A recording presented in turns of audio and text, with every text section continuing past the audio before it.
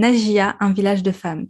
Hey, salam alaikum, bienvenue sur le Malak Al-Fajr podcast, le podcast qui t'aide à avoir plus de sakina, de sérénité au quotidien. Ce podcast est pour toutes les femmes musulmanes qui veulent reprendre leur vie en main, apprendre à se connaître, lâcher prise tout en préparant leur vie après la mort. Je suis Oumaima, auteure du livre Ton dernier regard, et si le jour de ta mort devenait le plus beau jour de ta vie, dans lequel je raconte l'histoire inspirante de ma chère Oumi et surtout sa magnifique mort. Tu peux d'ailleurs télécharger un extrait de mon livre gratuitement via le lien en description si tu le souhaites. Via ce podcast, je partage chaque semaine des outils, des conseils, des astuces, mais surtout une bonne dose d'inspiration et de rappel pour être plus sereine et épanouie au quotidien et dans l'au-delà.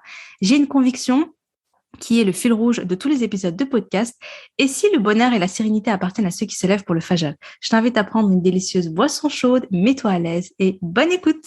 Alors aujourd'hui, c'est un épisode spécial. En vrai, c'est mon deuxième épisode spécial parce que j'en ai déjà fait un avec une première fois avec une invitée. Aujourd'hui, j'ai l'honneur de recevoir Kaina du podcast Je peux pas, je rencontre mon mari, le podcast qui rassemble les femmes autour du récit de leur rencontre avec leur mari. Donc, c'est trop passionnant, entre parenthèses. Elle accueille des femmes de tout horizon pour partager leur histoire, les enseignements qu'elles tirent de leur expérience de femmes mariées autour du thème de la rencontre amoureuse dans le cadre du mariage et qui te révèle les secrets les mieux gardés des femmes mariées. Elles partagent leurs témoignages, leur sagesse et plein d'autres trésors.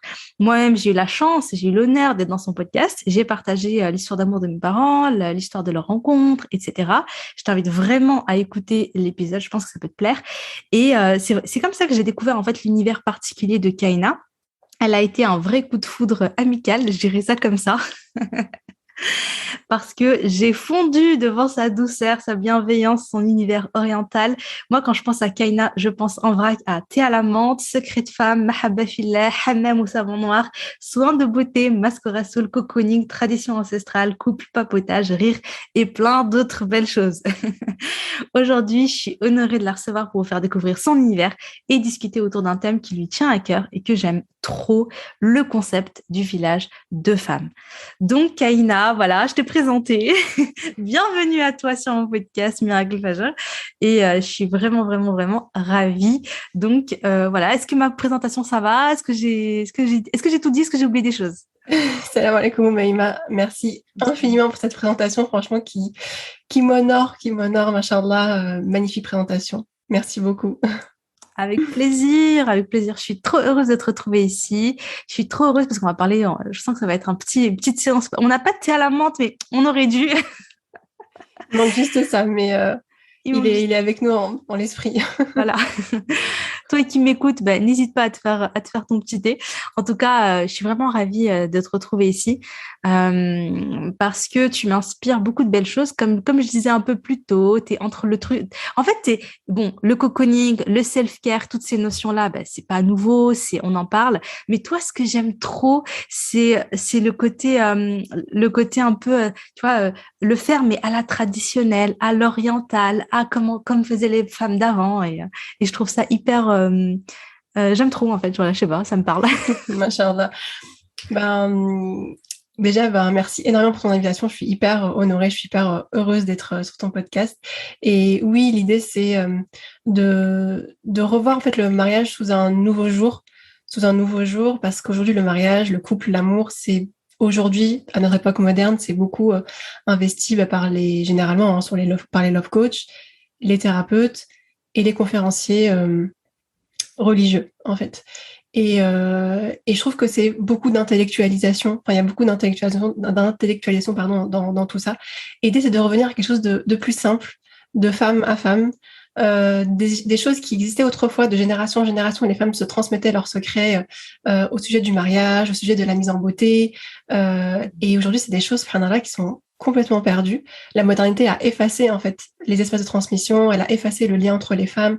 Aujourd'hui, chaque femme, à l'adolescence, au mariage, quand elles deviennent mères, dans des périodes fondatrices en fait de leur identité de femme, elles sont toutes seules derrière une porte et entre quatre murs, et elles peuvent mal vivre ces périodes-là. À minima, se sentir seule, au pire, se sentir déprimée, et c'est triste en fait. Enfin, c'est vraiment dommage.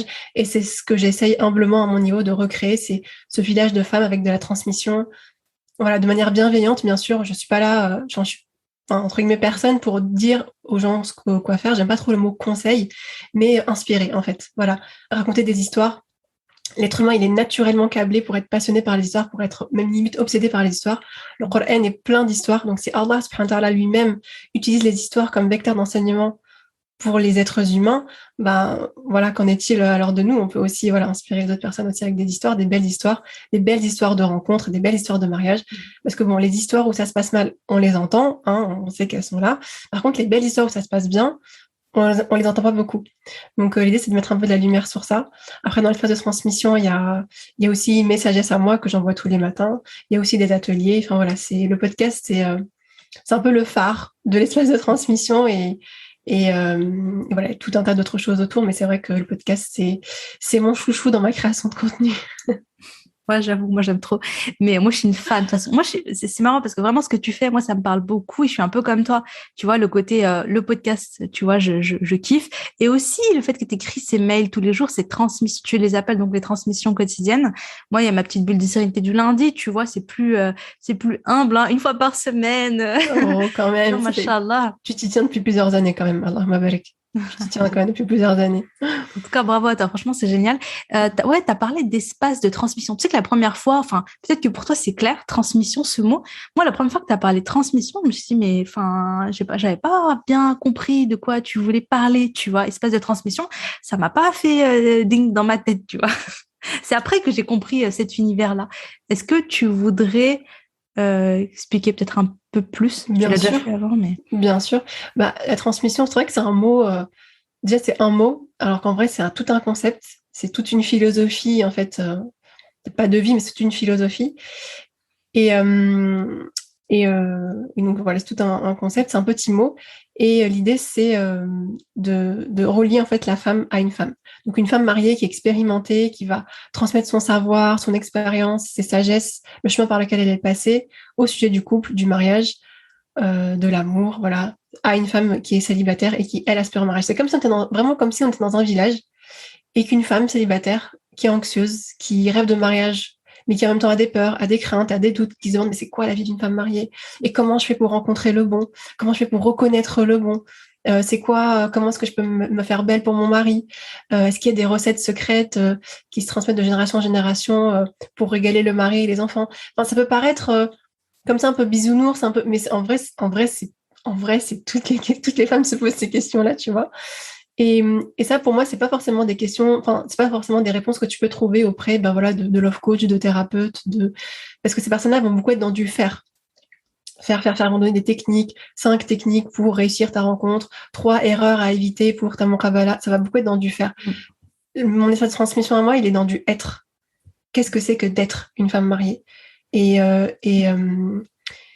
c'est ce que j'essaye de retranscrire. Et la transmission, elle repose sur plusieurs piliers. Un, c'est la simplicité. Comme je disais tout à l'heure, il y a beaucoup d'intellectualisation du mariage, du couple, de l'amour. On intellectualise beaucoup. Les thérapeutes vont parler des schémas psychologiques, les love coach des techniques. Les conférenciers, alors eux, ça va être autre chose. Ça va être les droits, les devoirs. Voilà, exactement. Les droits et les devoirs, beaucoup. Puis aussi, ils vont nous raconter des histoires qui pouvaient arriver au temps du prophète, sallallahu alayhi wa sallam, mais pas forcément en expliquant le contexte. Tu vois, par exemple, il y a un hadith qui revient beaucoup. Enfin, moi, personnellement, en tant que femme mariée, moi, qui m'avait beaucoup marqué, en tant que femme célibataire à l'époque, qui m'avait beaucoup marqué, c'était le fait que Aïcha radhiyallahu anha avait fait une course, tu sais, avec le prophète, etc. Et tu sais, toi, tant que t'es pas mariée, ça te paraît loin, en fait. Tu vois, tu te dis, mais on raconte cette histoire, mais c'est pas expliqué en fait au prisme moi de ma vie de femme moderne toute seule, tu vois ce que je veux dire, alors que voilà, l'univers du prophète, c'était l'univers de la tradition, c'était il y a 1400 ans. En même temps c'est proche de nous et en même temps c'est très éloigné, mais quand c'est bien expliqué ça peut être très proche de nous. C'est ce que moi je mets à l'honneur dans mes transmissions privées du vendredi que j'appelle le romantisme islamique, où je décortique en fait ces récits-là d'une autre manière, tu vois. Et donc voilà, la simplicité. 2, c'est la vérité. Il y a un truc que j'essaye de lutter contre, c'est toute l'hypnotisation dont on a été victime d'Hollywood. Son frère Bollywood, son cousin Netflix. son petit Ah ouais. enfant, les réseaux sociaux. On a été, franchement, tu regardes une personne qui regarde un film, elle est captivée par le film. Franchement, c'est une hypnotisation, en fait, on s'en rend pas compte. Et ça va nous injecter des codes de l'amour dans notre inconscient et même dans notre inconscient. Parce que une chose qui est répétée, au bout d'un moment, elle rentre dans ton système de représentation, tu vois. Et ce que je veux dire aussi, c'est que le cinéma, c'est pas du divertissement. C'est un outil de représentation de soi et des autres. Par exemple, bon, je sors un peu du cadre de l'amour et du couple, mais par exemple, les États-Unis, ils ont plein de films, Spider-Man, Batman, je sais pas quoi, ouais, Batman, etc. Mm. Par contre, il n'y a pas bon, c'est un beau prénom, mais un Abdelrahman, par exemple, qui va sauver le monde musulman. Tu vois, les États-Unis ne vont pas faire ça, tu vois. Par contre, Spider-Man, Batman, je sais pas quoi, l'Américain qui va sauver le monde, tu vois. C'est les États-Unis vs le monde, en fait. C'est un outil vraiment de représentation. Donc, quand on regarde un film, il faut toujours se demander qu'est-ce que le film veut m'envoyer comme message. Et pour en revenir au couple, à l'amour et au mariage, ben, il y a plein de codes de l'amour qu'on nous a injectés et qui sont parfois loin de notre réalité. On va attendre du prétendant qui mette le genou à terre pour demander notre main. Non, mais Euh, laisse tomber. C'est trop ça, ouais. Je me trop... reconnais trop là-dedans, Kaina. Je me reconnais, franchement, toutes celles là qui écoutent le podcast et qui connaissent la Oumeima d'avant, je l'appelle comme ça, tu vois, avant que je me marie, mais moi, j'étais une catastrophe là-dedans. Hein. J'étais le cliché de la romantique. Moi, je veux que mon mari me ramène plein de roses et je veux qu'il me demande ma main, qu'il se mette à genoux et qu'il m'offre une bague comme ça et qu'il soit romantique et qu'il m'écrive des poèmes et qu'il m'écrive des lettres d'amour et tout ça. J'étais dans un délire. Et quand mes copines, dont certaines qui étaient mariées, qui me disaient, bon, tu sais, Oumeima, ça se passe pas tout à fait comme ça. J'étais là, non, non, non, moi je sais, mon mari va être comme ça. Moi, le mien, il va être comme ça, j'en suis sûre. En fait, je me rendais même, j'avais tellement assimilé tout ça là, tu vois, parce que je lisais beaucoup de romans, parce que j'étais complètement fan du Bollywood, mais comme pas possible, tu vois. Et j'ai tellement assimilé tout ça que franchement, les premiers temps, le mariage, ça a été dur. Parce que du coup, entre la représentation que j'en avais, l'idéal que j'avais imaginé dans ma tête et la réalité, elle n'était pas nulle, loin de là. Mon mari faisait des efforts, il me montrait son amour comme il pouvait. Le pauvre. Mais on était tellement loin des clichés que j'avais dans ma tête que j'étais tout le temps malheureuse. Et j'ai mis du temps avant de comprendre que le souci, c'était pas que mon mari il m'emmène au resto, il me fasse des surprises, des voyages surprises avec plein de roses, avec des cadeaux, machin, bidule chouette. C'était pas ça le vrai souci. Le vrai souci, c'est que j'étais incapable de voir les efforts qu'il faisait tellement mes attentes, elles étaient complètement irréelles et elles étaient complètement enfin bref, j'étais très loin et c'est vraiment en travaillant sur moi, en prenant compte, en acceptant la réalité telle qu'elle était, en acceptant mon mari tel qu'il était, en comprenant, comme tu as dit, qu'il y avait tous ces conditionnements, tu vois, vraiment prendre conscience de ces conditionnements, que je me suis dit, ah oui, ok, ok. Et je réfléchis, mais je crois j'étais tombée une fois sur une phrase qui disait, plus la distance entre tes attentes et la réalité est grande, plus tu es malheureuse. Ouais. Et c'est pas dans le sens où il faut pas avoir d'attentes, il faut pas, t'as le droit d'avoir des rêves, t'as le droit d'avoir des attentes, t'as le droit de vouloir des choses. Mais après, à un moment donné, il faut aussi que ce soit connecté à la réalité, connecté à ce que tu veux vraiment, pas à ce qu'on t'a injecté. Parce qu'au final, moi, par exemple, un truc tout bête, les roses. Moi, avant, je disais, ouais, les roses, j'aimerais trop que mon mari m'offre des fleurs, des machins. Mais la vérité, c'est que quand il m'en a offert, elles ont crevé les roses en deux. J'étais incapable de m'en occuper. Et je me suis rendu compte que finalement, c'était pas mon délire en vérité. Mais tellement je voyais c'est hyper romantique d'offrir des roses que je voulais grave que mon mari m'offre des roses. Et juste parce que c'était dans le cadre du ah mon mari est romantique, il m'offre des roses. Et c'est vraiment quand je me suis dit en fait non, en vrai en vérité tu vois, je préfère une petite plante, tu sais les succulentes où t'as pas besoin t'as pas besoin de t'en occuper trop. Un cactus même, ça me convient tout à fait. Bon, enfin bref. C'est juste une attention qui te touche, mais pas forcément une attention en particulier. Et ça, c'est que tous ces codes de l'amour-là, en fait, nous éloignent de voir vraiment comment notre mari nous aime, nous, en fait. Sa manière à lui de nous aimer. Carrément. Et il y a une déconstruction à faire, en fait. T'imagines et ça a commencé depuis tout petite, parce qu'il y a les Disney aussi avant. Ah mais grave. Il y a du boulot, hein. Ouais, c'est ça. Donc voilà, la transmission, c'est voilà, simplicité. Voilà, on est loin de l'intellectualisation, on revient à des choses simples. 2, c'est la vérité, revenir à la réalité dans laquelle on vit nous aujourd'hui, en fait. Et 3, c'est m'appuyer, on va dire, sur le câblage naturel de l'être humain. Et il y en a 2 câblages que moi j'utilise en tout cas dans la transmission. Un, c'est la notion de mentorat. Tu sais, aujourd'hui, beaucoup dans le business et dans le dev perso, on dit, voilà, faut un mentor, etc. Comme si c'était une invention. Genre, les businessmen américains ont inventé ça. Les businessmen n'ont rien inventé. Le mentorat, il a existé déjà depuis l'époque de Adam alayhi salam. Et pour moi, après ça, tout ce que je dis, c'est le prisme de Caïn. Hein. Donc, on prend ce qu'on veut et puis on laisse ce qu'on veut pas. Allah subhanahu wa ta'ala est lui-même le mentor d'Adam alayhi salam. Une fois que Allah subhanahu wa ta'ala crée Adam, qu'il demande à la création de se prosterner pour lui, qu'est-ce que Allah subhanahu wa ta'ala fait? Il lui transmet le savoir. Il lui nomme chaque chose. Tu vois, il a été son mentor. Ensuite, les prophètes, alayhim salam, ont été les mentors des êtres humains. Et si on se concentre sur la population des femmes, les plus âgés sont les mentors des plus jeunes et elle leur montre voilà ce qu'elle y a en elle. Et voilà, donc il y a voilà, c'est pour ça aussi que j'ai notamment eu cette idée de podcast de faire le trait d'union entre les femmes mariées et les femmes célibataires pour que tout simplement les femmes mariées, elles qui ont passé cette transition de vie, ce passage de vie qu'est le mariage, voilà, se retournent et leur disent voilà, c'est moi j'ai cheminé comme ça. Voilà, à toi de cheminer toi aussi, tout est en toi, etc., etc. Après, toutes les sagesses qu'elles peuvent partager. Donc voilà, cette notion de mentorat et d'apprendre auprès des siens. Parce que, pareil, tu prends un enfant, par exemple, de 2, 3, 4 ans qui est en pleine acquisition du langage, la petite, elle va te dire, maman, je veux aller au parc. Je veux aller au parc aujourd'hui. Elle n'a pas appris dans une formation de 45 modules tu vois, derrière un tableau, comment apprendre. Elle a appris auprès de ses parents. Elle sait qu'aujourd'hui, elle veut aller au parc. Elle conjugue au présent la phrase à peu près à sa manière, mais voilà, grosso modo, elle se fait comprendre parce qu'elle a appris le langage en voyant ses parents parler, en voyant son entourage parler. Et pour le mariage, encore une fois, c'est la même chose. On apprend auprès des femmes mariées. Et le deuxième câblage, c'est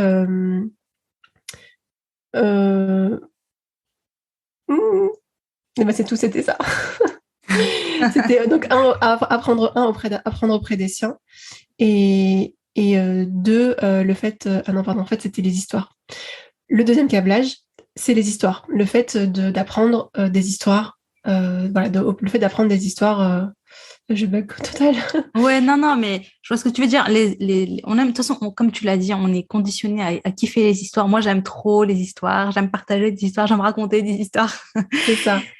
Donc l'idée c'est voilà, le deuxième câblage c'est le fait d'apprendre au travers d'histoires, le fait d'apprendre comment une femme elle a cheminé, comment une femme elle a rencontré. En fait, parce que quand elle va raconter son histoire, il y a des choses qui vont faire écho en nous-mêmes, même si on la connaît pas, même si on l'a jamais vue, même si on n'est peut-être pas de son origine, même si on n'a pas son âge, même si on n'a pas, enfin voilà, même si elle s'est mariée plus jeune que nous on est aujourd'hui, ou tu vois ce que je veux dire.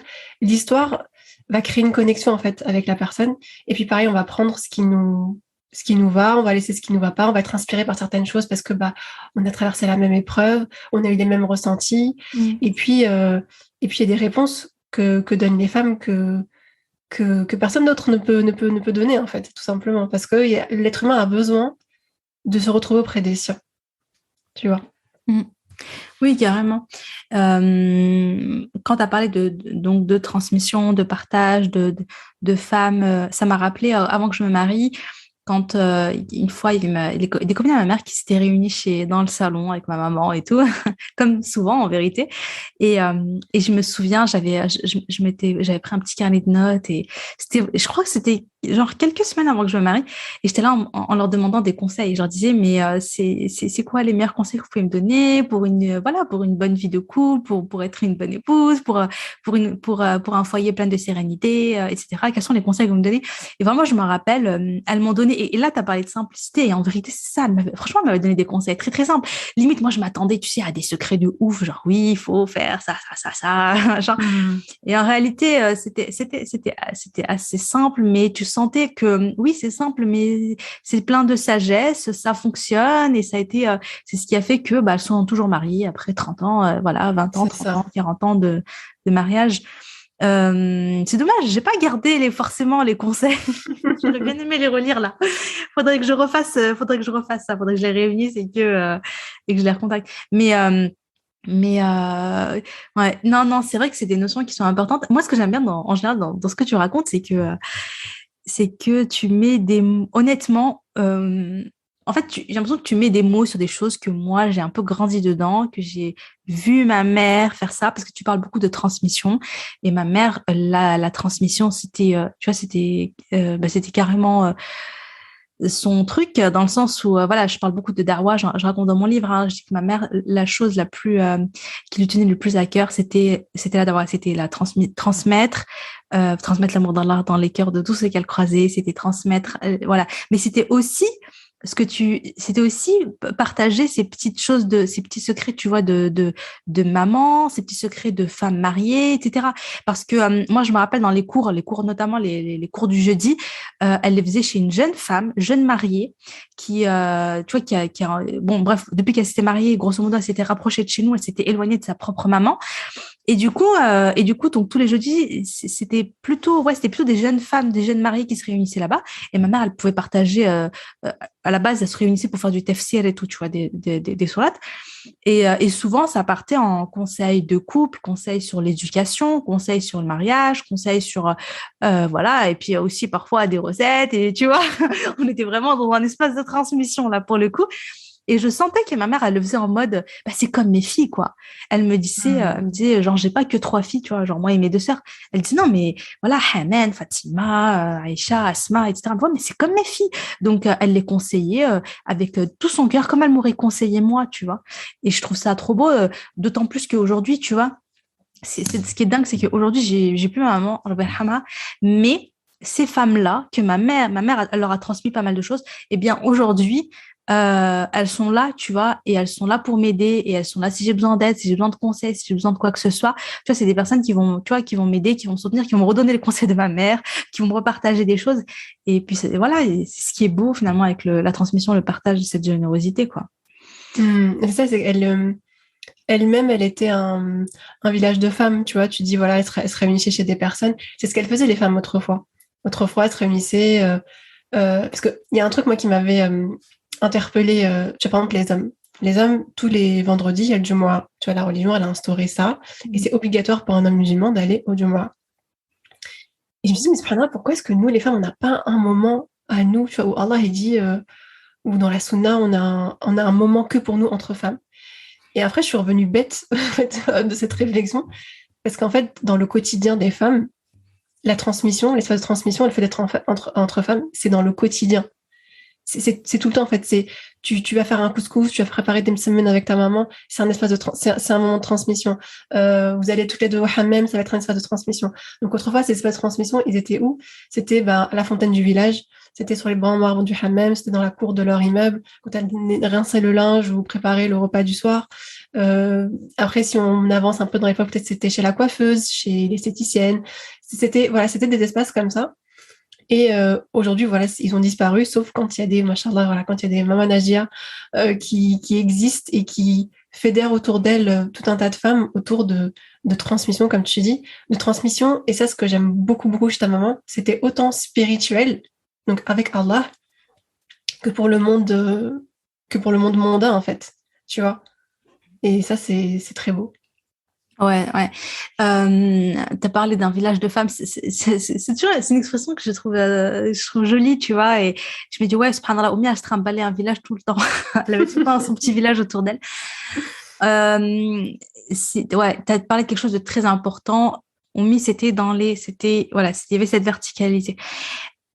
Oumi, elle aimait énormément donc réunir les sœurs régulièrement. Parfois il y avait un ikram, parfois voilà. Et même elle se préparait toujours en avance dans le sens où régulièrement, je crois à peu près, on va dire une fois par semaine, une fois toutes les 2 semaines, on se posait. Et puis je me posais avec ma mère le soir. Je sais pas pourquoi, c'était le soir en général. Ça durait toute la soirée et on faisait du semaine, tu vois, on faisait du meloui, mais genre pas 3, 4, 5, 6 semaines. Tu sais, c'était genre, ma mère, elle avait une machine pour faire le pain, mais pas la petite machine. C'était la machine, elle était énorme, tu vois. Je sais pas, il y a combien de litres dedans, mais elle était vraiment énorme. Et elle blindait de pâtes. Je sais pas combien elle mettait de kilos dedans, mais grosso modo, et tu sais, ça, à la fin, en fait, on se retrouvait avec bref, énorme quantité de pâtes. Et puis moi, je me posais avec elle. Mon père, il était pas loin et tout. Et puis voilà, on discutait et en même temps, on préparait nos semaines. Donc, elle en préparait en grande quantité. Et du coup, ça permettait voilà, de stocker et de mettre au congélateur. Et dès qu'on devait sortir, dès qu'elle devait recevoir, etc., c'était facile, en fait. Tu vois, voilà, elle avait son semaine, hop, elle sortait, elle réchauffait. C'était un petit peu, voilà. Et bref, et le truc, c'est que donc Oumi, elle était vachement dans elle aimait beaucoup recevoir, elle aimait beaucoup rendre visite, elle était très souvent invitée. Elle était invitée. À chaque fois qu'il y avait des occasions, on a invité Najia, tu vois, on a invité Oumi. Mariage, naissance, ou bien juste un petit après-midi comme ça, ou bien une personne a reçu sa maman, tu vois, du bled, donc elle s'invite ma mère qui venait, machin. Donc à chaque fois qu'il y avait une réunion, ma mère, elle était invitée d'office, et ma mère, quand elle partait pour profiter de ce moment, pour papoter entre femmes, pour voilà quoi, tu vois, les petites après-midi tranquilles entre femmes et tout, trop bien, qu'on kiffe. Et en même temps, Oumi, toujours, elle se disait, eh bien, elle prenait toujours avec elle un petit livre de rappel, avec des hadiths, qui contient des hadiths, etc. Et tout le temps, à la fin de l'assise, elle disait, ou si elle le disait pas, tellement les gens se sont habitués, ils disaient, bon, Najia, maintenant, tu nous fais ton petit rappel. Tu vois, c'était Oh limite, là ma mère, d'ailleurs, là. elle était invitée pour ça, hein, tu vois. C'était genre, on invite Najia, elle va nous faire un rappel, tu vois. C'est Najia égale rappel. Et donc, tout le temps, à la fin de chaque assise, ma mère, elle dit, voilà, là, on a parlé de Dunya, on a parlé des choses de ce bas, on en a parlé de nos problèmes, on a parlé de ci, de ça. Maintenant, c'est le moment de parler d'Allah. Et pourquoi elle disait? Elle disait parce que, tu sais, le jour du jugement, après notre mort, les moments comme ça, en fait, comment dire, les seuls moments qui vont compter, qu'on va pas regretter, c'est le moment de rappel. Et le fait de terminer une assise où on a parlé de dunya, on a parlé de nos petits trucs, de voilà, des trucs de femmes et tout, le fait de terminer ces assises-là par le rappel, ça permet que, en plus, nous les femmes, faut dire ce qui est, des fois, notre langue, elle fourche un peu et on peut faire un peu de médisance, on peut faire un peu de ci, de ça, dire des choses. Mais le fait de terminer par le rappel, on n'oublie pas que quand tu fais un rappel, les anges descendent, la sakina d'Allah descend, les anges nous recouvrent de leurs ailes. Et Allah subhanahu wa ta'ala, voilà, il parle de nous aux anges. Et en plus de tout ça, tes péchés sont changés en bonnes actions. Bon, là, j'ai pas je peux pas citer le hadith exact, etc. Je l'ai sorti. Enfin, voilà quoi. Vous pouvez le Ouais, retrouver facilement. c'est ça. Ouais, dans les grandes lignes, c'est ça. Et les Ouais. noms des personnes sont mentionnés aussi Ouais, auprès ouais. d'Allah. Et ouais, c'est clair. Subhanallah. C'est beau. C'est trop Et beau. donc, c'est vraiment le fait de se dire, OK, il faut que notre assise, ce soit pas juste une assise de Elles dunya, sont mais il faut qu'elle nous productives. serve, qu'elle Ouais. soit productive, Mm. voilà.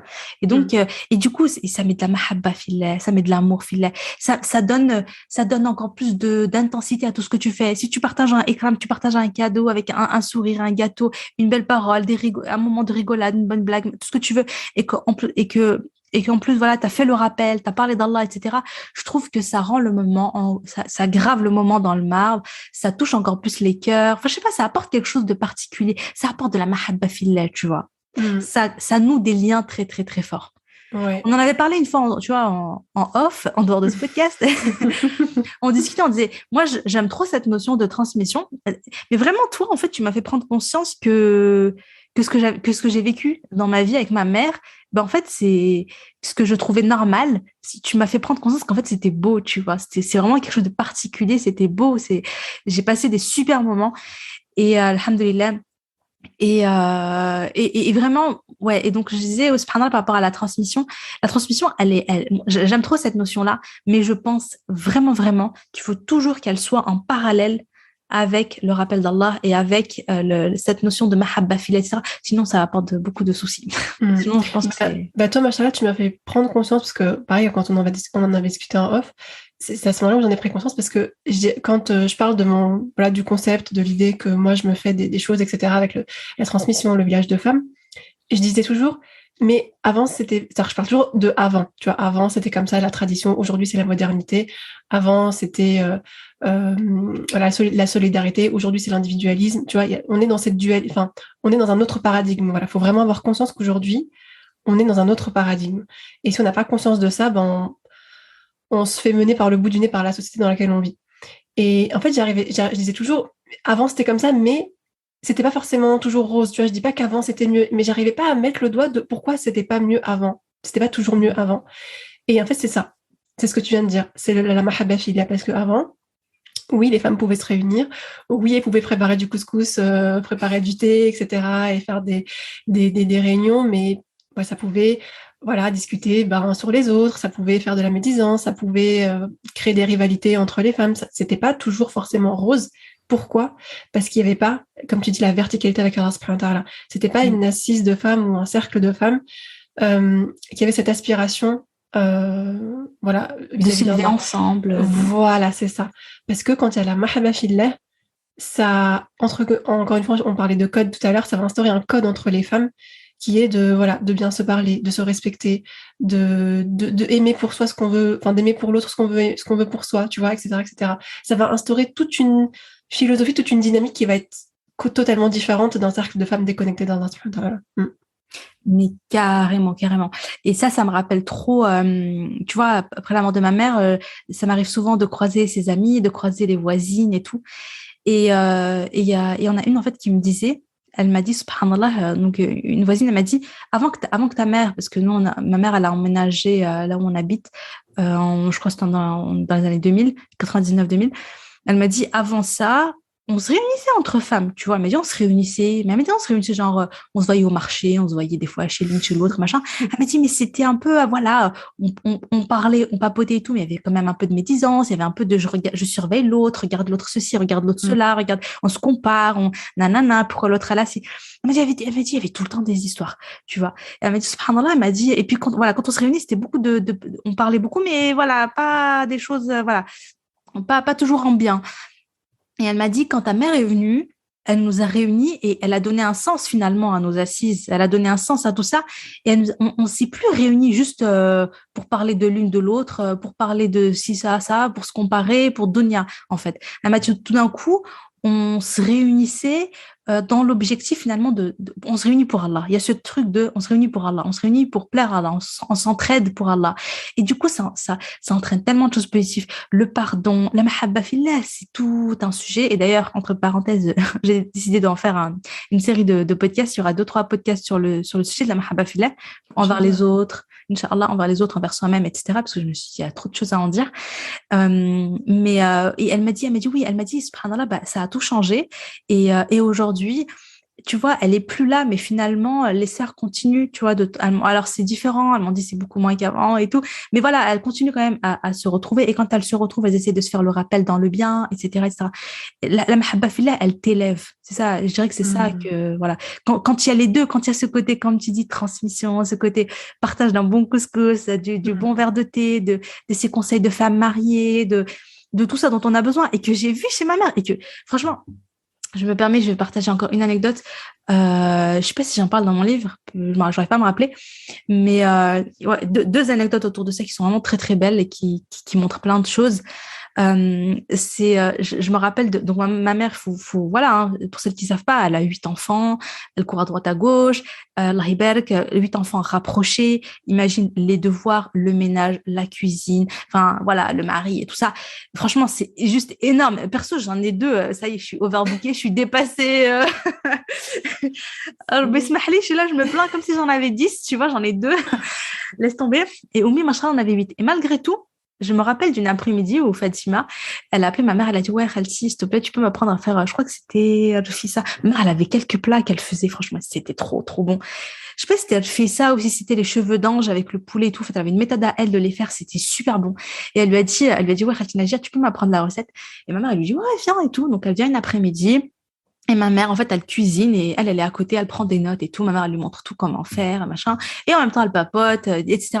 Donc, Fatima, elle venait de se marier, jeune mariée. Je crois qu'elle n'avait pas encore d'enfant à ce moment-là. Enfin, tu vois. Et elle prend du temps pour lui donner des recettes, pour lui apprendre ça. Donc, elle avait ce truc, tu vois, qui est vraiment, machallah. Elle prenait le temps pour ça. Elle donnait de l'importance à ça, tu vois. Et oui. Et puis, une autre anecdote que j'ai, qui est vraiment belle. Je sais pas si j'ai déjà partagé, à mon mariage. Franchement, les femmes, elles se sont mobilisées, Kaina, à mon mariage. Mais tu n'imagines même pas. C'est un truc de fou. Ouais. Je me rappelle qu'on a organisé mon mariage après un mois. Pourquoi en un mois? C'est la folie quand même. C'est parce qu'on n'était pas sûr on n'avait pas la salle. Bref, la copine à ma mère, c'est un peu à la dernière minute qu'elle a dit, ah, mais en fait, c'est bon, cette date, c'est bon. Et puis même, on a eu d'autres trucs qui ont fait que ça s'est fait à la dernière minute. Donc, en un mois, voilà, il faut faire plein de choses. Et si tu savais comment les copines à ma mère se sont mobilisées pour moi, c'est un truc de fou. Rien que les gâteaux. Elles sont venues vers ma mère, elles lui ont dit, Najia, tu achètes pas de gâteaux, tu fais pas de gâteaux, on s'en occupe. Elles se sont partagées entre elles. Ah, je kiffe, c'est trop bien. Non, mais c'était incroyable. Elles se sont partagées entre elles. Elles sont venues, elle a dit, OK, moi, je fais ça, toi, tu fais ça, toi, tu fais les cornes de gazelle, toi, tu fais ceci, cela. Oh, tu sais pas, Kaina, à la fin, on s'est retrouvés avec tellement de gâteaux. On s'est retrouvés avec tellement de gâteaux, tu peux même pas imaginer, je sais pas, le mois du tournée. On s'est retrouvés avec des plateaux et des plateaux et des plateaux et des kilos et des kilos et des kilos de gâteaux. Elle laisse tomber, on en a eu pour, pas que pour le mariage, pour le mariage et on aurait pu faire 3 mariages après. C'est magnifique. Mais tu as vu, quand les femmes, elles se mobilisent, ça crée un...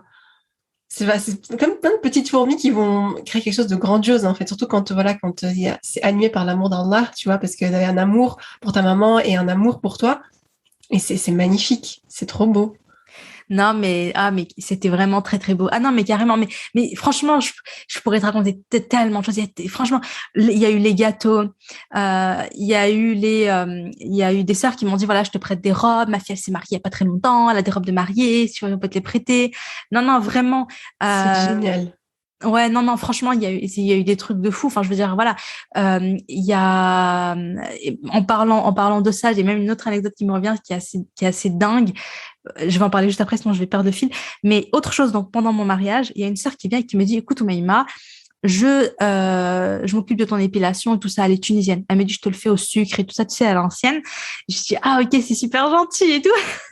Donc, elle m'invite chez elle. C'est la première fois que je vais chez elle et tout, hein. Elle m'invite chez elle et tout ça. Et en fait, elle va m'épiler les jambes et tout ça. Mhm. Et du coup, et elle me dit, tu sais pourquoi je le fais? J'étais là en mode, parce que tu m'aimes bien. Logique. Ouais, logique. Elle fait, non, non, c'est pas ça. Elle me fait, elle me dit, il y a je sais pas quand, je sais pas combien de temps, elle m'a dit, c'est ta maman. En fait, un jour, elle devait recevoir sa belle famille chez elle et elle voulait leur cuisiner un plat, je sais pas quel plat. Elle était stressée et tout ça, voulait leur faire un bon plat. Je crois que voilà, voulait leur faire un bon plat qu'elle avait goûté chez ma mère. Et donc, elle appelle ma mère, elle lui dit, ouais, Nagia, s'il te plaît, donne-moi ta recette de ça, ça, ça, je sais pas comment le faire et tout. Et ma mère, elle lui dit quoi? Elle lui dit, écoute, Samia, maman, j'ai dit son prénom, voilà. Ceux qui connaissent, connaissent. Elle lui a dit, écoute, je crois qu'elle lui a dit directement, viens à la maison, ramène tes ingrédients, ramène ce que tu as à faire, je te le fais, tu vois. Et elle m'a dit, elle était choquée, elle a dit, quoi, Nagia, avec ses 8 gosses, son ménage, ceci, cela, cela, et comment elle est occupée à droite, toujours, elle est toujours invitée à droite à gauche, elle a toujours des trucs à faire et tout, elle me propose de cuisiner pour moi. Et ça l'a trop, ce geste-là l'a Hmm. énormément touchée. Et donc, elle m'a dit, moi, aujourd'hui, je te fais ça, mais c'est parce qu'elle avait trop d'amour filet pour ma maman. Et, euh, Hmm. et donc, elle s'est dit, si Nadia, elle a besoin de quelque chose, si ses enfants ont besoin de quelque chose, voilà, moi, je suis là, quoi. Je suis là pour elle. Et ça, c'est un niveau que tu n'imagines pas. Quand ma mère est morte, Allah yarhamha, j'ai une de mes sœurs, donc, qui s'est mariée, Jouélia, qui s'est mariée. Les copines de ma mère lui ont organisé une espèce de mariage surprise, tu vois, à la maison chez une des sœurs. Elles lui ont fait la pièce montée, elles ont fait un repas, elles ont préparé des gâteaux arabes. C'est Ouais, incroyable. ouais, C'est incroyable. c'est un truc de fou. Oh, Elles ont c'est ramené, magnifique. mais un truc de fou. Elles lui ont ramené des robes. Il y en a une, sa fille s'était mariée il n'y a pas très longtemps, donc elle avait plein de robes, des robes pour le henna, des robes machin. Elles lui ont fait le henna, elles lui ont fait les, tu vois, les machins. Toutes les sœurs sont venues, elles ont mis des belles robes, elles ont chanté, elles ont dansé, elles ont fait la fête. Et elle y a eu droit 2 fois. Ah ouais. Alors qu'aujourd'hui, beaucoup de femmes, enfin, elles vont galérer à chercher des prestataires à droite, à gauche. Tu vois ce que je veux dire? C'est pas, on est très très loin de ça, tu vois. On est très très loin de ça, et ça me fait penser encore une fois dans la dualité, enfin le paradigme modernité-tradition, c'est que vous êtes vraiment dans une, enfin, oui, dans un village de solidarité, d'entraide et enfin, c'est une dose d'amour contre une dose d'amour, tu vois. C'est l'épilation contre le plat qu'elle avait préparé la dernière fois, alors qu'aujourd'hui, bah, c'est l'individualisme, enfin, le contraire, enfin, le revers de la médaille. Aujourd'hui, c'est l'individualisme, c'est chacun se débrouille, tu vois. Donc, c'est trop, trop beau. Et ta maman, ce qu'elle a instauré, ce que j'aime trop, c'est la tradition avec un grand T. Ce que moi j'appelle la tradition, c'est la tradition prophétique, en fait. C'est toute la sunna du prophète sallallahu alayhi wa sallam, et les traditions avec un petit T, tu vois, parce que chacun, après, voilà, on a euh, enfin, ses origines, tu vois, ses sonorités culturelles, et c'est trop beau. C'est trop beau. Les deux mêlés, c'est magnifique. C'est trop beau. Ah ouais, non, mais c'est clair. Franchement, c'est vraiment, tu m'as fait prendre conscience. Moi, je te dis, honnêtement, Moi, j'ai grandi en mode, ouais, c'est normal. Genre, à mon mariage, c'est normal que notre voisine, quand elle est partie au bled, elle nous a laissé les clés. On a fait la moitié du. Tu vois, on a utilisé ça pendant le mariage pour faire. Elle nous a laissé les clés de chez elle. Normal, tu vois. C'est un truc de fou. Elle nous a laissé les clés de chez elle. Et parce que ma mère, elle a fait 3 jours de mariage parce qu'elle pouvait pas ne pas inviter une personne. Sauf que la salle, au bout d'un moment, c'était limité, même si elle a invité le max. C'était limité. Elle m'a dit, je n'enlève personne de ma liste. Mais par contre, voilà, elle a pris, tu sais, elle a fait le troisième jour, c'était à la salle, mais les 2 jours d'avant, elle a fait plusieurs fêtes à la maison. Et bien sûr, toutes les sœurs se sont mobilisées pour cuisiner, pour, tu vois, genre, voilà, il y en a une qui a fait le repas chez elle, qui s'occupait de la viande et tout chez elle, une voisine juste à côté. Enfin, bon, bref, elles se sont toutes mobilisées et carrément la voisine, elle nous a laissé ses clés. Et on a fait on a fait un peu la fête. En fait, les plus jeunes se réunissaient chez elles, tu vois. Genre, on était plutôt entre jeunes, les mamans et tout, elles étaient plutôt chez nous. Et les plus jeunes, on était en bas et tout ça. Et on a fait notre petite fête, on faisait notre fête là-bas. Et en vrai, aujourd'hui, avec du recul, je me dis, mais qui fait ça? Tu vois? Mais oui, mais oui. Aujourd'hui, tu dis ça, enfin, une femme, voilà, musulmane dans la modernité d'aujourd'hui, on va dire lambda, si la salle lui dit il n'y a pas de place, il n'y a pas de place. Classe, il y a pas un voisin qui va prêter sa maison. Si ça se trouve chez elle, c'est pas adéquat. Enfin, et même, j'ai envie de dire, c'est pas forcément toutes les familles où une simplicité comme ça, où tout le monde va voir la beauté de la simplicité. C'est si t'es pas dans la salle, t'iras à 4 épingles avec les couverts et tu vois ce que je veux dire, avec la boîte de dragée qu'il faut, bah ça va parler, là t'as vu, nous inviter chez elle, nanana. Alors que c'est magnifique de partager peut-être un plat où on mange tous ensemble. Enfin moi je me rappelle quand j'étais petite, dans mon village en Kabylie, les mariages, c'était ça. C'était les 2, 3 maisons les unes à côté des autres qui ouvraient, en fait. C'était ouvert, il y avait confiance parce que tout le monde se connaît. Un grand plat de couscous, le bœuf qui est égorgé pour l'occasion, et la fête sur la place du village, tu vois. Et aujourd'hui, encore une fois, on est compartimenté. Il y a la mairie, il y a la salle. Et si t'as plus de place dans la salle, et ben t'as plus de place. c'est fini, ou bien il faut acheter une salle encore plus grande, et ça explose le budget qui était peut-être prévu à la base. Là, il y en a, Starfall, ils vont peut-être tomber dans le crédit. Il y en a qui ont du crédit pour leur mariage. Enfin, alors que là, tout est bio, tout est fait main, tout est authentique, tout est fait avec amour. Et même l'énergie de l'amour qui va être fait, t'imagines, le plat, il va être encore meilleur que n'importe quel traiteur. Tu vois. Et même ça, le fait d'être entouré de personnes qui savent voir la valeur de ce que c'est, ben, je trouve ça trop beau. C'est magnifique. Mais comme tu as dit, c'est vrai, ma mère, ma mère, elle m'a appris ça. Ma mère, elle était hyper simple. Ma mère, elle s'en foutait royalement, excusez-moi, elle s'en fichait royalement, c'est pas bien, mais elle en avait rien à faire du regard des autres, tu vois, par rapport à ça. Elle s'en C'est vrai? fichait. Waouh! Elle s'en fichait. Et ma mère, et elle me disait, en fait, ce qu'elle me disait, c'est que, si tu veux, elle accueille avec le cœur et c'est plus important. Si je te mets une table hyper belle, hyper bien, tout est nickel, les petits plats dans les grands, mais qu'à côté, mon cœur, il est là en mode, vas-y, je me suis cassé la tête, ça fait 3 heures, j'ai dû faire ça, et ça me saoule, et nanana, et j'espère et elle va rester trop longtemps, et ça va je sais pas quoi. Enfin bref, si ton cœur, il le fait pas, il y a pas de l'amour, il va pas avec, ça sert à rien en fait. Il vaut mieux faire très très très simple. Mais toi, tu l'as fait de bon cœur et tu l'as fait avec chaleur et tu l'as fait avec amour et tu as fait ce que tu as pu et tu accueilles l'autre avec ton cœur. Ça va toucher la personne et c'est ça qui est le plus important, tu vois. Et vraiment, moi, et autre chose, ma mère, elle m'a toujours dit, tu fais le maximum pour Allah. Dès que ça dépasse le stade où tu as fait le maximum pour Allah et que tu commences à faire au-delà de ton maximum pour Allah, et en fait, quand tu commences à faire beaucoup pour plaire à la personne en face, il faut s'arrêter, ça va pas, tu vois. Je sais pas si tu vois ce que je veux dire. Wow. C'est-à-dire que il y a tout ce que tu vas faire pour Allah, donc tu vas faire, ya Allah, je le fais pour toi, je le fais. Donc j'ai aucune attente derrière et aussi je m'en fiche un peu de la personne comment elle va le prendre parce que moi je le fais pour Allah, donc que ça lui plaise ou pas, que ceci ou pas, en fait je m'en fiche un petit peu. Je le fais pour toi, ya Allah. Mais si je commence à me casser la tête, à en faire trop, au bout d'un moment, je le fais plus pour Allah, en fait. Je fais pour que la personne elle dise waouh, je le fais pour plaire à la personne, je le fais pour que la personne m'admire, je le fais pour d'autres choses, pour d'autres raisons. Là, je le fais plus pour Allah. Là, je me casse trop la tête. Et du coup, là, il y a un souci, en fait. Et c'est là où il faut s'arrêter, tu vois. Et ma mère, elle était très, très simple, pour le coup. Quand elle pouvait faire beaucoup, elle faisait beaucoup. Quand elle pouvait pas faire beaucoup, tu mangeais une soupe de lentilles, enfin, tu sais, des lentilles avec du pain maison, etc. Parce que Tu vois ce que je veux dire? Elle n'a jamais été gênée en mode, oh là là, je vais l'accueillir alors que, voilà, tu vois, je peux pas faire un super truc et tout. Non, elle sait ce que j'ai, je le partage. J'ai mon petit semmel dans le congèle, je le sors du congèle, je le mets, je fais du thé avec de la menthe séchée que j'ai ramené du bled. On est bien, on passe un bon moment, tu vois, qu'est-ce qu'il y a? Si je t'ai pas mis de corne de gazelle, t'es pas contente? C'est pas grave, tu vois. Et voilà.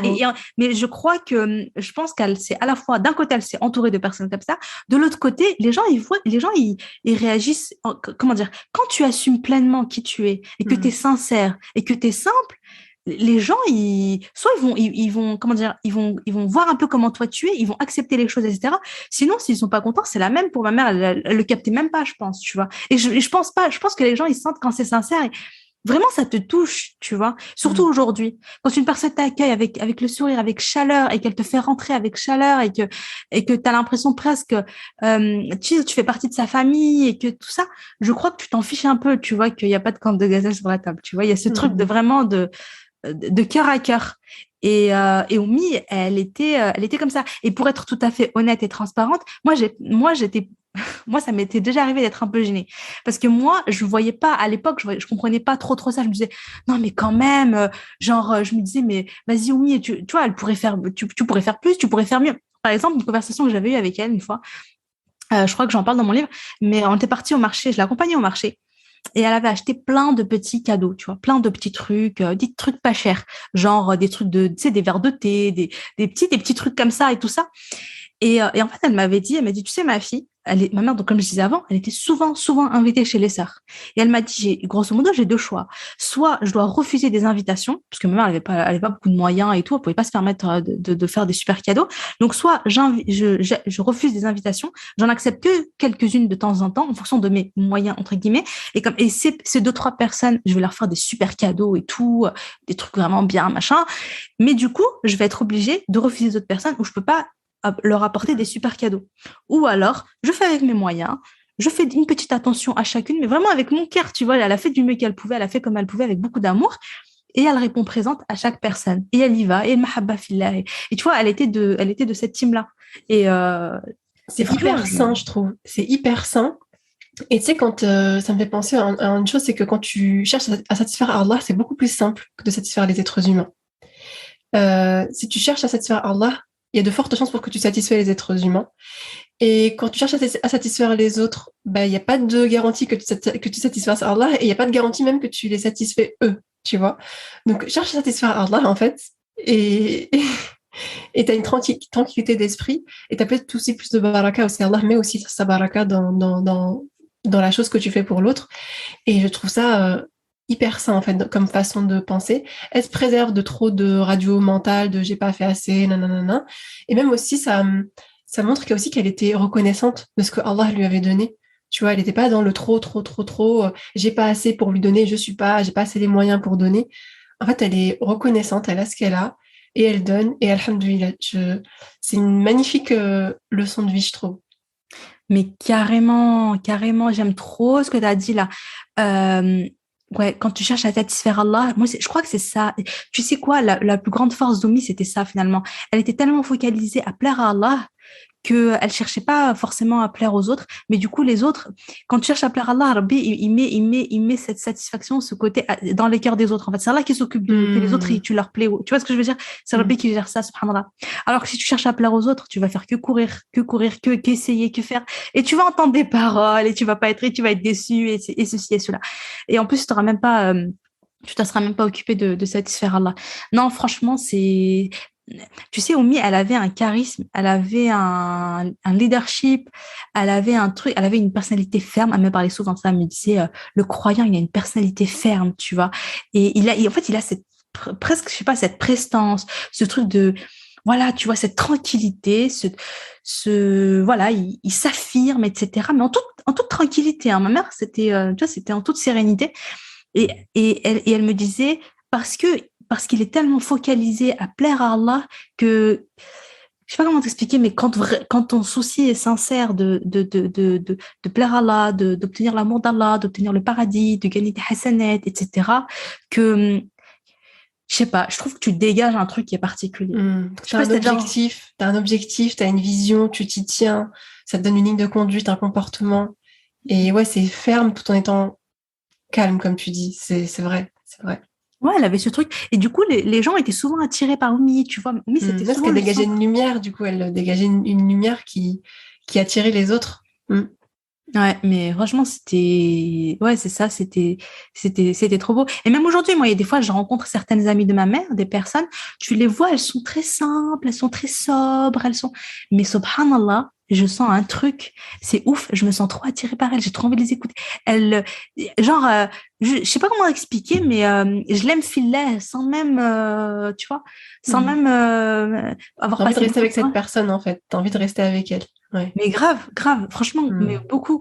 Et voilà, ouais, Oumi, elle avait certaines amies et parfois, voilà, je les croise et elles ont un amour, comme tu as dit, elles dégagent une lumière, elles Mm. dégagent quelque chose de particulier.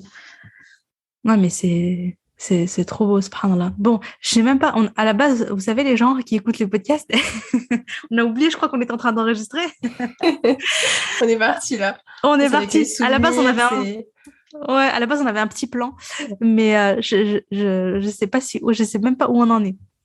Mais c'était, Ben, ce que moi je peux rajouter, c'est par rapport aux conséquences. Je sais pas si je l'ai un petit peu mentionné au début de l'épisode, mais tu vois, quand tu es entouré comme ça par un village de femmes qui connaît sa tradition, qui connaît ses traditions, euh, ça permet de lutter contre voilà tout ce qui est solitude, déprime, burn-out, la dépression. Combien de mamans après un accouchement font une dépression parce qu'elles sont toutes seules avec leur petit bébé, que elles ont personne auprès de qui se rassurer, qu'elles sentent toujours qu'elles ont mal, qu'elles savent pas pourquoi qu'elles ont mal. Tu vois la fameuse période des 40 jours où la maman elle est censée être aidée, même chouchoutée, j'ai envie de dire, au travers de l'alimentation, au travers de massages. La femme quand elle se marie. Et qu'elle se retrouve en face de ce monsieur avec qui elle va vivre tous les jours, auprès de qui elle va se réveiller tous les matins. Tu vois, ça permet naturellement d'éviter en fait tous ces schémas de détresse en fait des femmes, tu vois. Et ce aussi pourquoi j'aime énormément ton univers, c'est que toi-même, à ta façon, ta maman elle a créé son village de femmes, mais toi aussi à ta façon tu crées ce village de femmes, tu vois, avec ton concept du miracle Fajr, le fait d'embellir son Fajr, le fait d'entraîner toute une tribu de femmes avec toi à se réveiller pour le Fajr, à travailler sur soi, à travailler à sa relation avec Allah. C'est un village de femmes, tu vois. Peut-être que tu n'en avais pas forcément conscience, mais moi, c'est comme ça que je le vois. Et d'autres femmes aussi, à leur manière, créent des villages de femmes. Et un village de femmes, c'est quoi? C'est avant tout une vision. C'est une vision pour la femme.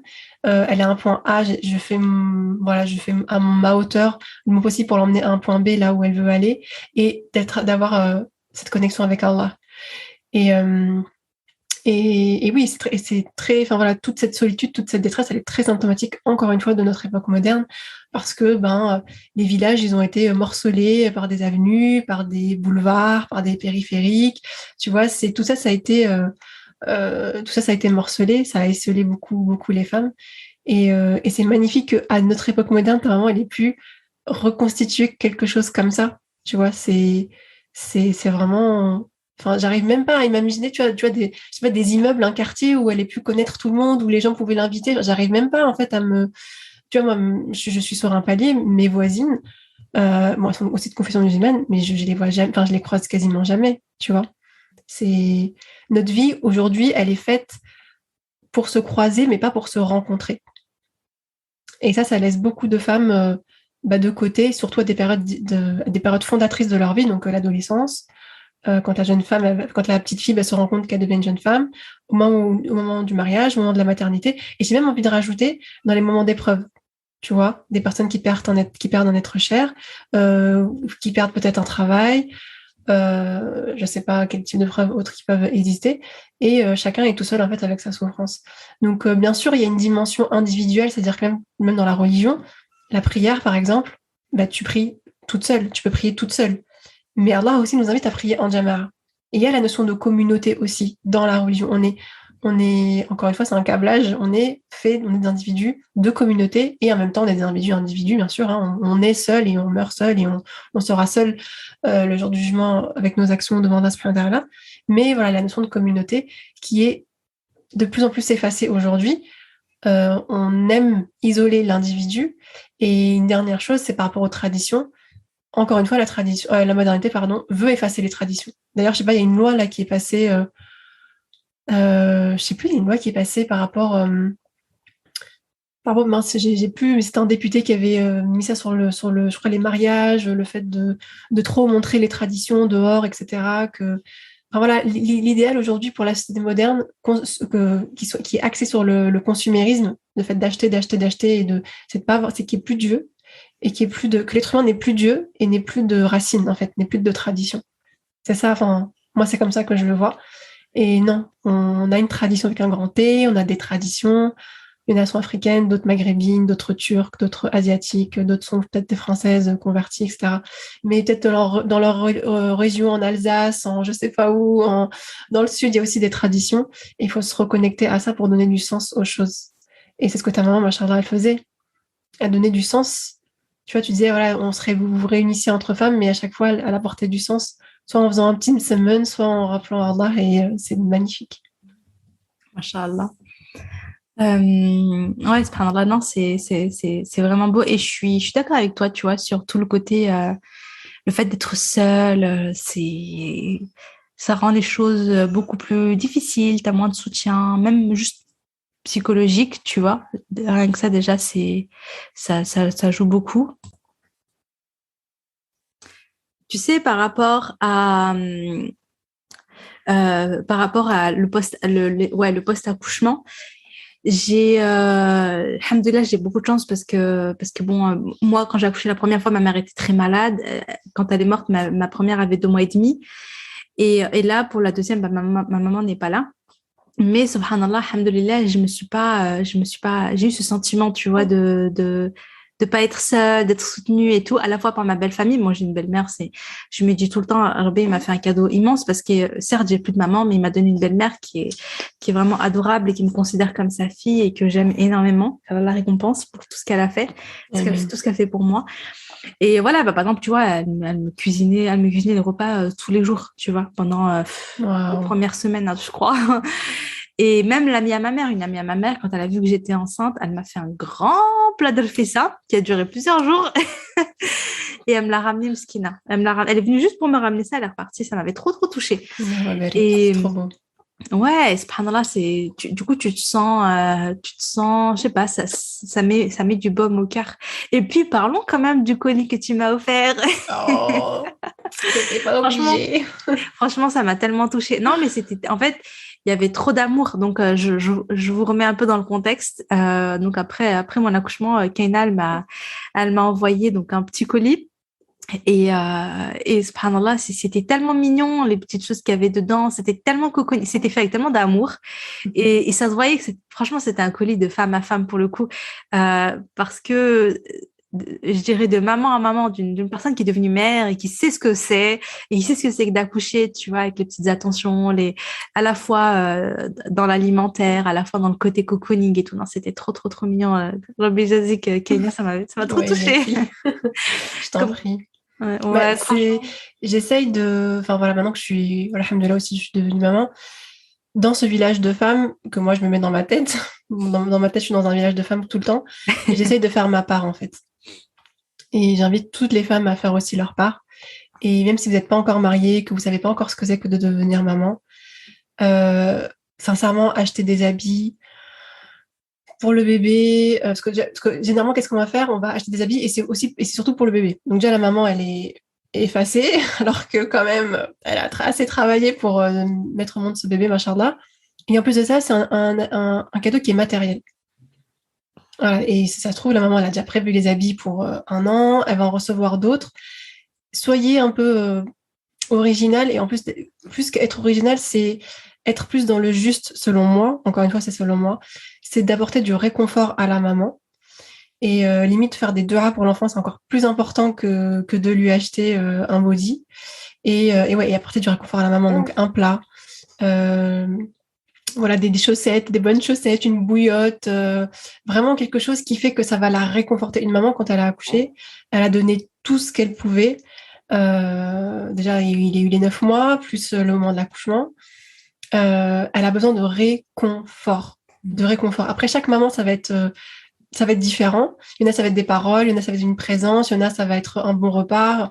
Mais bon, généralement, quand même, un bon repas, on refuse jamais. Mais voilà, autour du postpartum, faut le repenser aussi d'une manière tradition et pas d'une manière modernité avec les cadeaux, le baby shower, là, tous ces trucs-là. Ouais, c'est vrai qu'ils sont très à la mode, hein, le baby shower. On voit que ça Non, sur mais Insta. Ouais. Alors que c'est clair. Non, non, c'est vrai, subhanallah, c'est vrai. Surtout la bonne alfissa, hein, pour celles qui savent faire. J'ai encore jamais fait l'alfissa. Faudrait. Ouais. Non, non, c'est vrai. Ça apporte beaucoup de réconfort. Et puis, vraiment, ça apporte. Ouais, c'est ça. C'est le réconfort. C'est le côté. On se sent chouchouter un peu, coucouner. Et on a vraiment besoin de ça. On a tellement besoin de ça quand on a accouché.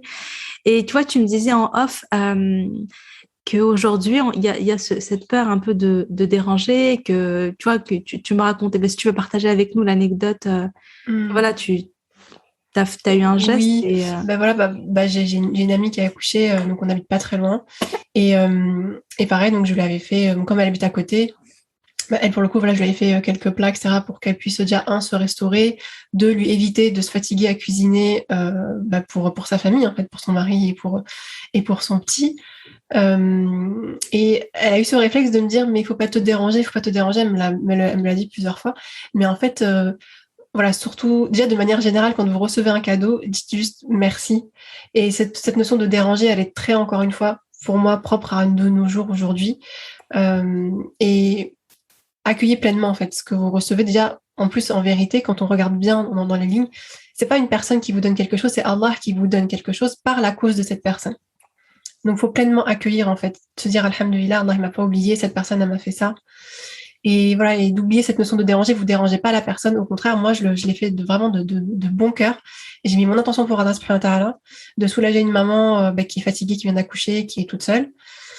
Et, euh, et voilà, de pleinement accueillir ça et de ne surtout pas dire à la personne ne te dérange pas, parce que c'est pas limite vexant, c'est pas blessant, mais enfin je sais pas comment l'exprimer en fait. C'est non, en fait tu me déranges pas du tout, au contraire, en fait, au contraire, surtout quand on place l'intention pour Allah. Bah bon, je vais pas mentir, hein, c'est aussi des hasanats pour moi. grave. Donc tu vois, enfin non, enfin limite ça va pas, c'est pas que ça va gâcher, mais bref, ça fait ça, bref, c'est pas un bon message qu'on peut envoyer à la personne qui nous offre un cadeau. Ça lui fait plaisir. Laissez-lui vous faire plaisir et vous faites-vous plaisir aussi. Voilà. Ouais, par rapport à ça, ça me rappelle une anecdote. Tu sais, quand Oumi était malade, avec tu vois, le cancer et tout, quand elle était vraiment pas bien, c'était la période un peu sur la fin. Il y a une voisine, Khalti Nouara, qu'Allah la récompense, qui venait et qui ramenait tout le temps à manger chez nous. Tu vois, elle ramenait à manger à mon père, parce qu'en fait, si tu veux, mon père mange pas de viande et tout, il est que poisson. Donc, elle ramenait à manger pour mon père et tout. Elle ramenait à manger voilà, pour les garçons. Elle ramenait à manger pour chez moi, quoi. Et elle faisait ça, genre, très, très régulièrement. Et le truc, c'est c'est une personne âgée qui avait des problèmes de genoux et nous, on habitait au quatrième, tu vois. Donc, il y avait quand même pas mal d'escaliers, pas mal d'étages. Il n'y avait pas d'ascenseur. Et elle montait comme ça avec ses soucis et tout. Et elle appelait même pas en bas pour dire descends et tout, hein. Genre, elle montait comme ça pour déposer dans la porte. Et, Subhanallah. ouais, et ma mère, elle disait, mais non, faut pas qu'elle fasse tout ça. Tu vois, elle se fatigue, Mskina, elle est malade, elle est pas en bonne forme, elle est pas toute jeune. Tu vois, c'est une personne âgée et tout, c'est une mamie. Et mon père, il lui dit, laisse-la. Elle fait le bien pour Allah, elle le fait pour Allah, elle cherche à obtenir la récompense d'Allah. Et tu peux pas lui dire, arrête de faire tout ce que tu es en train de faire pour Allah. Et ça m'avait marqué. Ça m'avait marqué. Je me suis dit, en fait, c'est beau, c'est incroyable. Mais ouais, qu'Allah nous Et permette. Amine, excuse-moi. Moi, je veux juste dire qu'Allah nous permette de faire le bien, qu'Allah nous utilise pour le bien, qu'Allah nous permette d'être la cause de bien, comme disait souvent, mais le bien, il descend sur terre, hein, faut pas croire, le bien descend sur terre. Mais est-ce que nous, on est la cause de ce bien, tu vois? Est-ce qu'Allah, il nous utilise pour ce bien-là? C'est ça qu'il faut demander, c'est ce qu'il faut demander à Allah. Pardon, je t'ai interrompu, tu disais. Euh, Ah, euh, désolée. tu m'as emporté dans la doha, du coup j'ai oublié. C'est pas grave. Désolée. Ça m'est revenu. Si on part dans un cas extrême, imaginons que cette personne-là, par exemple, imaginons, tu me dis bon, qu'elle est âgée, car elle la préserve, mais imaginons voilà, qu'elle serait décédée en fait sur cette bonne action. Tu te rends compte? Tu te rends compte, ça, on est ressuscité dans l'état dans lequel on meurt. Et non, il faut toujours. Et ça rappelle une anecdote qui n'a rien à voir, mais qui va complètement dans le sens de ce que tu viens de dire. C'est une fois, et c'est une anecdote aussi qui m'avait beaucoup marqué, j'avais 19 ans, j'avais commencé à faire la prière, et c'était mes premières fois dans une mosquée. Et la mosquée, en fait, était en rénovation et on priait dans un préfabriqué. Et à la fin de la prière, l'imam a dit voilà, on fait une quête pour la mosquée, etc., pour qu'elle soit construite, pour que voilà, on ait de bonnes conditions pour prier, etc. Et il dit mais vous inquiétez pas, la mosquée, elle va se construire. La maison d'Allah, elle va se construire. C'est à vous de savoir si vous voulez être une cause pour ce bien. Tu vois? Et ça, pareil, qu'est-ce que ça m'a marqué? Encore une fois, c'est de bien utiliser son temps. Donc, ouais. Ah, c'est beau. C'est une belle anecdote, subhanallah. C'est ça, hein. Le bien, il est là, il se fait, il se construit. Et nous, on est où dans... Et est-ce que toi, tu es dans les plans d'Allah? Ouais, c'est ça. Ouais, qu'Allah nous permette de faire, le bien et de laisser une belle trace derrière nous, de laisser plein de sadaqa jariya, plein de belles choses. Alors, avant de clôturer le podcast, je sais pas ça fait combien de temps, mais je crois que ça fait une bonne heure quand même qu'on papote. Ouais. Avant de clôturer, je voulais partager une anecdote que tu m'as rappelée tout à l'heure en off, qui est très récente, et qui est toujours dans cet univers de village de femmes, qui est très belle aussi. C'est que, voilà, donc après mon accouchement, ma sœur nous a invités chez elle. Donc, il y avait moi, il y avait mon autre sœur aussi qui a un petit bébé. Et elle a invité 2 copines à ma mère, leurs filles, etc. Donc, on était pas mal nombreuses, machallah. Et il s'est passé une scène qui m'a fait rigoler et qui m'a en même temps énormément touchée. C'est la mienne, ma mère, elle vient et je vois qu'elle a une gossara, c'est pour les Marocaines, grosse gossara, je sais pas comment appeler ça, un gros récipient. Et je lui dis, Khalti, c'est quoi ça? Il y a quoi dans ta gossara? Et là, elle me dit, elle me fait, c'est de la pâte à msemen. Elle me dit, ah, c'est filles. Elle m'a dit, je les ai réveillées. Je leur ai dit, levez-vous tôt, comme ça on fait du semaine avant de venir et tout. Elle me dit, en fait, chacune était occupée et tout ça. Elle m'a dit, on n'a pas eu le temps de faire une semaine avant de venir. Donc, elle a dit, bah voilà, elle a préparé la pâte. Elle est venue, elle a dit, voilà, on va terminer tout ça chez Jouélia. Et donc, c'était trop marrant. Donc, l'action était trop rigolote, en fait, tu vois, parce que, voilà, il y avait plein de pâtes et elles se sont mises à plusieurs et chacune, tu vois, elles se sont entraidées et elles ont façonné. Il y en a qui se sont occupés de façonner, d'autres qui se sont occupés de la cuisson sur les poêles et tout. Il y avait une super ambiance avec bien sûr le verre de thé. Elle avait ramené avec elle aussi des gâteaux du farkas qu'elle avait fait. Enfin, tu vois, c'était vraiment le truc. C'était la maman, tu vois. C'était la maman, quoi. J'ai trop aimé. Donc, voilà, on a passé une super après-midi à la récompense. Ça m'a rappelé beaucoup, beaucoup, beaucoup, beaucoup de souvenirs, en fait, avec ma maman et tout, avec ses copines.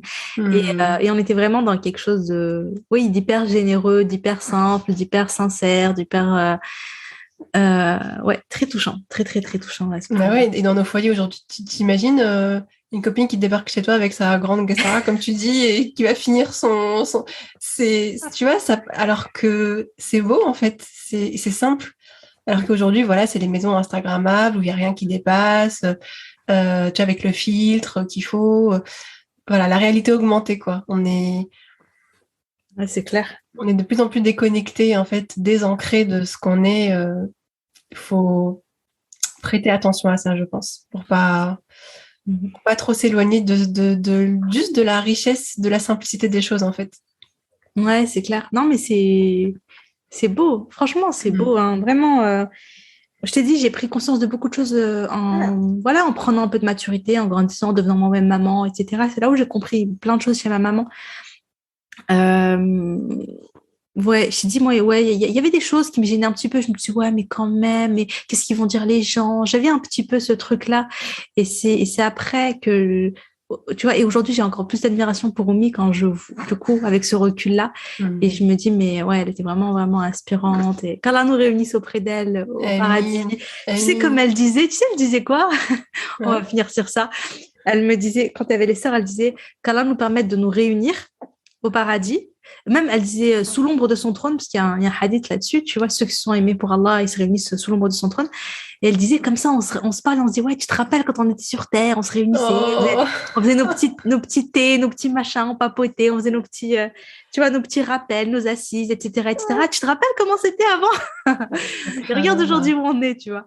Et ben, qu'Allah nous permette de faire partie de ce cercle-là et de se retrouver encore au paradis, au Firdaus voilà, Amin. Inch'Allah. En tout cas, merci beaucoup à toi, Kaina. Franchement, vraiment, je sais pas toi, mais moi, j'ai passé un super moment à papoter avec Moi toi. aussi, j'ai pas vu l'heure passer du tout. Enfin, du tout, vraiment. Truc de J'étais malade. Ouais. emportée Oula. dans ce qu'on disait, dans tes anecdotes. Enfin, en plus, dans ma tête, c'est un peu comme dans un film, tu vois. Je vous imagine, en fait, tu vois, dans chacune de tes anecdotes avec, c'est trop magnifique. Ouais. Et encore merci, je prends le temps de te remercier pour tout ce que tu fais. Moi, Miracle Fadjal, même si j'ai pas encore fait ta formation et j'attends avec impatience l'ouverture, il a beaucoup, beaucoup, beaucoup changé des choses dans mon quotidien, même dans l'activité que je fais aujourd'hui. Les transmissions privées, je les envoie au moment du Fajr. Depuis que j'avais entendu ton épisode où tu avais dit qu'il y avait une baraka qui entourait le Fajr, et ça, je l'avais jamais entendu avant, ou en tout cas, j'avais peut-être pas prêté attention. Et enfin voilà, plein de choses que tu crées dans ton village de femmes, et je suis à l'aise dans ton village de femmes et que j'aime beaucoup. Et voilà, encore un grand merci pour tout ce que tu fais. Oh, barakallah fik. C'est moi qui te remercie, Kaina. Merci pour tout ce que tu fais aussi. Comme je l'ai dit au début, j'aime beaucoup, beaucoup ton univers.